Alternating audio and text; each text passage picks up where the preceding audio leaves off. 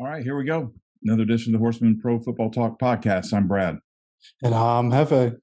And we are going to look at the upcoming week 15. All right, so the first game we're going to talk about is the Dolphins at the Bills. Now, your note here is this is a rematch we've been waiting for, right? My question to you is, Dolphins lost last night to the Chargers. Is that a sign of things to come? Is that the Chargers, being on the road? Is the Chargers being good enough to beat them? The Chargers back on the rise? What did we see last night?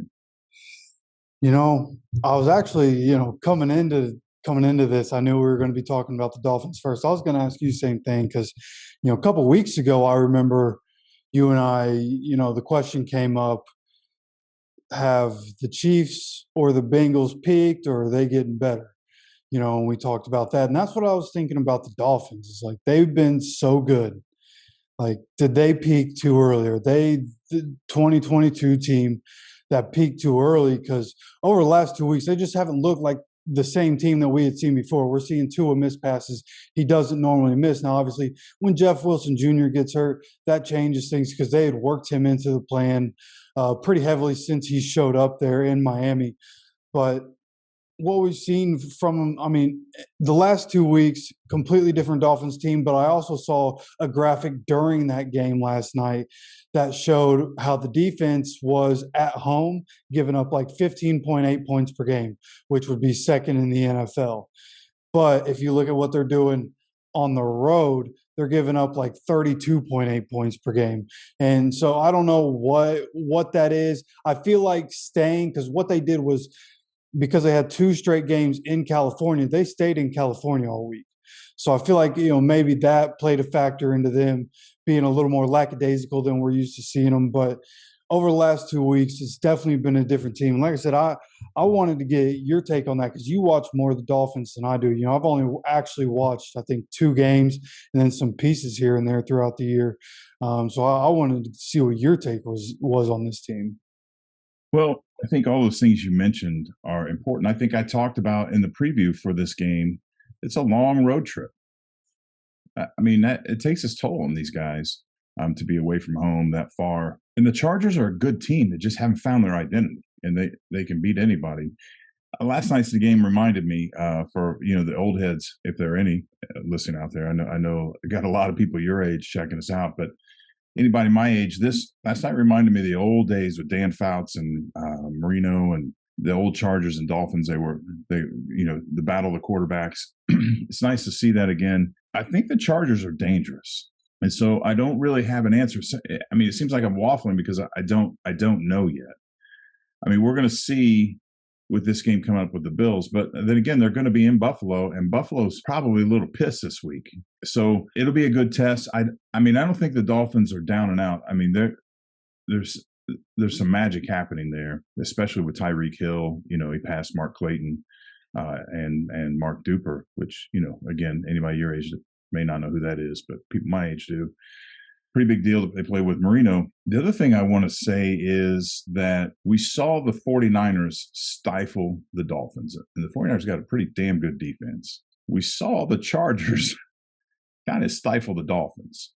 And so if somebody has figured out how to stop them, then we're going to see how good McDaniel is as a coach to work them out of that. And that's what this is all about, right? We get and we talk about that all the time on this. And we get a new quarterback that they don't have any film, and the kid comes out of nowhere and just lights people up for 400 yards. And then 4 games later, suddenly the magic's gone out the window. So it'll be interesting to see if somebody's figured out how to stop them. And I didn't pay enough attention. I don't know enough about the pro level with the schematics and the strategies to pick that apart. I didn't watch enough of the game to have an opinion there, but it occurred to me during the game, the Chargers may have, I'm sure they watched how the 49ers did it. They may be trying to duplicate that, and it may be working. So McDaniels is going to have to work out of that. I think it appears that he's smart enough that he will be able to. Because Tua, for all the shit we've given Tua over the last couple of years, and deservedly so, we jumped over on the other side of that fence and praised him for what he's done this year. It's remarkable what he's done, and I don't think that's a fluke. I don't think that he just kind of sucked, and then all of a sudden he got lucky for 7 games. I think Tua has proven already he can play in this league. Now, mentally, whether he can handle, I know there's some mental issues last year. Nothing too bad. We've talked about this on this podcast, another episode, where he was questioning whether he was good enough, he could be in the league. That happens with players. It just happens with guys that, unless you're Tom Brady and you got a surfer attitude, or you're Peyton Manning, you got ice water in your veins. Most of these guys are constantly, especially when they're young, like Purdy for the 49ers. It'll be interesting to see what Purdy does next week. Game of his life. Got nothing to lose. Everybody's there to watch him, feeling good, has some breaks. Things are going his way. He's high-fiving, buying a lottery ticket on the way home, and then he's got all week to think about it. And he might come out next week and be like 4 for 27. But I think Tua can play in this league. I think he's tough. He's going to be around for a while. So we'll see what they do to overcome and compensate for, but the blueprint's out there. People know how to slow them down now, and we'll see if they can work their way out of it. Yeah, well, and Tyreek Hill didn't really help the situation because he went on Club Shay Shay, which is Shannon Sharp's podcast, and I heard him talking on there. And as soon as I heard it, I thought, like, he's going to get in trouble by the Dolphins for saying this, because he was talking about the game when he was with the Chiefs and he had like 200 yards in the first quarter, and what they were doing before that and how they stopped him. And I think the rest of the game, he had like 58 yards after that or something like that. And basically said, like, if you play, all they did was play the corner, so many yards off and put them on the inside and keep the safety over top. So I think putting that out there isn't great. It's a surefire way to stop him. I'm sure, NFL defenses have thought about that before anyways, but you're basically just giving them the answer. So that, that probably got them in trouble and doesn't help them. But what I think it is, as much as this Dolphins team by all rights could be the team that just peaked too early, I think the injuries to the left tackle and the right tackle matter. Those are two of the most important positions on the team. And I think over the last 2 weeks, we've seen that affect this offense with them not being there. So, to go back and answer that question, I think the Dolphins will be fine. They just need to get at least Teron Armstead back. I don't know what the situation is with their other tackle, but as long as Teron Armstead is back in the lineup, I'll feel good about the Dolphins. Yeah, I do too. But the Dolphins have slipped a little bit in this division. They're now down 2 games. I really don't see – I mean, the Dolphins have the Packers, the Patriots, and the Jets. They've got 3 tough games after the Bills, whereas I think the Bills have the Patriots, the Bengals, and the Bears.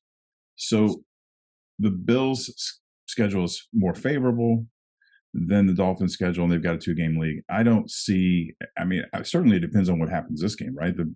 If the Dolphins win in Buffalo, we're having a different conversation next week. But the Bills still have the favorable schedule. What's the weather going to be like in Buffalo? I don't know. I was just thinking the same thing. I'm about to look that up. Because there's a nasty snowstorm coming through the Midwest in the middle of this week and might be up in the Northeast over the weekend. But the Dolphins are still in a good position to kind of control their own destiny if with the playoff picture. Let's pull that up. So while you're grabbing that, I'll come back to the weather real quick. This says at 1 o'clock, it'll be 20 degrees and foggy with 10-mile-per-hour winds in Buffalo. Okay. So, look, you and I live down here. We've been down here 8 years now in Florida, right? I don't give a shit who you are. If you're living down here, 20 degrees is cold anyway. If you're from here, you can't prepare for that. You can't. You can still play through it. You can be tough and you can play through it, but it's going to negatively affect the Dolphins more than it's going to negatively affect the Bills. Yeah. I was going to work this morning. It was like 55 degrees when I was going to work. I had a sweatshirt on and I was still super cold. Like, it's just, it's different when you live down here. 20 degrees in Buffalo is going to be crazy. Yeah. So back in the playoff picture, the Dolphins are in 6. They're at 8-5. The Chargers are right behind them at 7-6, and now they have the tiebreaker. So that is tough. But the Jets got the Bills and they got the Dolphins, and they're at 7-6 in the 8th spot. The Patriots are right behind them at 6-6, and I think both teams have them too. So this is heating up. none of these teams can take anything for granted, and it's going to be a hot race coming down the end in the AFC East. Yeah, yeah. One of the most, I mean, both the East, NFC, AFC East, and this is probably the one to watch for. This game right here this week is probably going to go a long way in deciding this division. Agreed. And I would love to know what you think about this game, what you think is going to happen, who you think is going to win. You let me know down in the comments. Don't forget to hit the like button. Don't forget to subscribe, and we'll see you for the next video.